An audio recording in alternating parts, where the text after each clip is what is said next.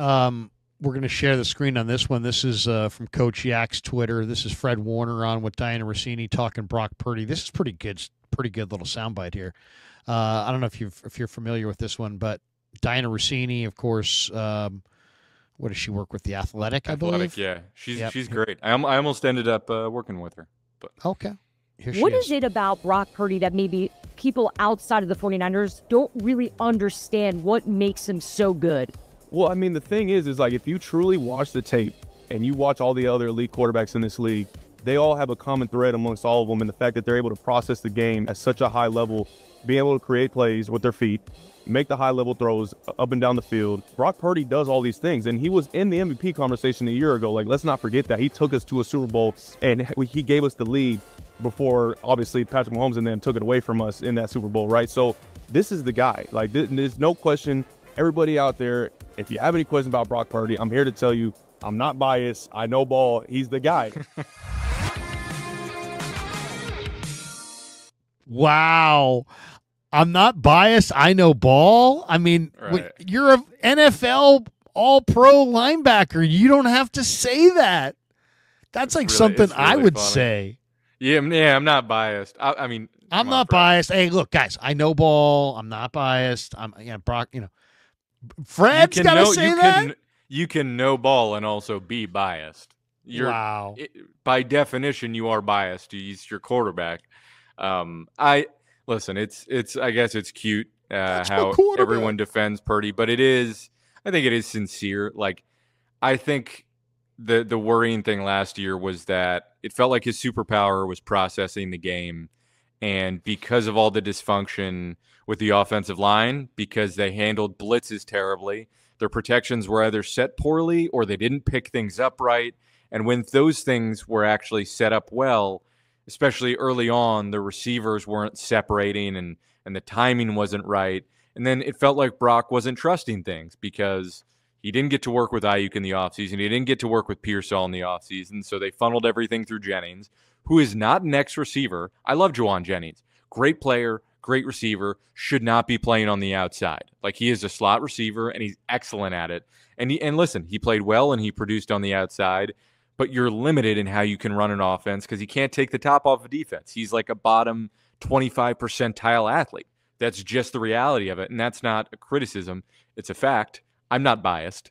I know ball. Like, that's the reality of Juwan Jennings as a player. And so when you're trying to put pieces in spots that don't work and the offense is dysfunctional and you don't have schematic answers to blitzes where teams would overload one side and bring simulated pressure, and you don't have the dudes at center and left guard to answer some of those things when you do have the right play call, it's just there's a lot that didn't work and that Brock seemed to trust less and less as the season went. And so for me, I still think he's a fantastic quarterback, probably like top 10 at the very least, like on the fringe, whatever. Rankings are fluid and they change how they change. But he's an elite processor. He has the things that Jimmy lacked, where he could push the ball deep and he could play make off schedule when there's pressure in his face. Jimmy didn't have that, and Brock immediately brought those two things. And Kyle actually trusts him and has discussions with him about how they want to evolve the offense. So I think a lot of the Purdy discussion is tired, and you could admit that his arm is limited, that he doesn't have the ability to fire into tight windows and take like a whole shot, against cover two that Justin Herbert or, a lot of these other quarterbacks could do. But he's still a great quarterback, and you got to pay him. Yeah. And it's the thing that, I've noticed about him just watching some other guys this year at times is just he does have the juice to be able to spurt away as a runner. And that, is he an awesome runner like Lamar? No, he's not that. He's not that kind of a runner. But he does have him and Mahomes. I would say this is one area they really do share the same trait. They both have that escapability, and how fast is that? It's as fast as it needs to be for like 3 or 4 steps, and they can like escape. Now they're not going to outrun anybody, especially Mahomes at this point. But Purdy can make some plays with his legs, and if there's money on the table and he's got a good enough team around him, he can run for those yards that Steve Young talks about that you have to be able to take in the biggest moments of an NFL game. And I think that makes him championship caliber. I also felt like the way he played at such a young age at the beginning of that Super Bowl shows the poise. And he's not the best quarterback in the league, but and if I were the Niners, I'd keep looking for great quarterbacks. But I also would say goodbye to Dobbs, say goodbye to Allen, bring Brock back with Tanner Mordecai and either a rookie that I really love or like a Joe Flacco, somebody with like a big arm like that, a backup, a veteran backup with a big arm, or a rookie, Tyler Shugg. That's exactly what I was going to mention. Yeah, really Tyler interesting Shugg. guy. He's like a 7-year player. Okay, this guy started at Oregon. I think I might have only had 2 kids at the time. Who was the Oklahoma State guy who was like 30 years old when he got drafted in the first round? Brandon Weeden. Yeah, that awesome. guy. Yeah, or Chris Winkie. Chris Winkie was like 29 at Florida State, his like final year there.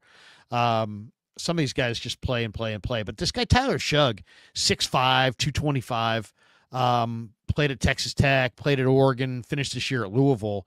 He's got a rocket of an arm and can actually move a little bit. But the guy is 6'5", 225 with kind of a laser. He's not a runner, but he is interesting. Yeah, I'm with you. And I do think the 49ers have plenty of draft picks. I think they're going to have 9 or 10, something like that, depending on how the compensatories come in.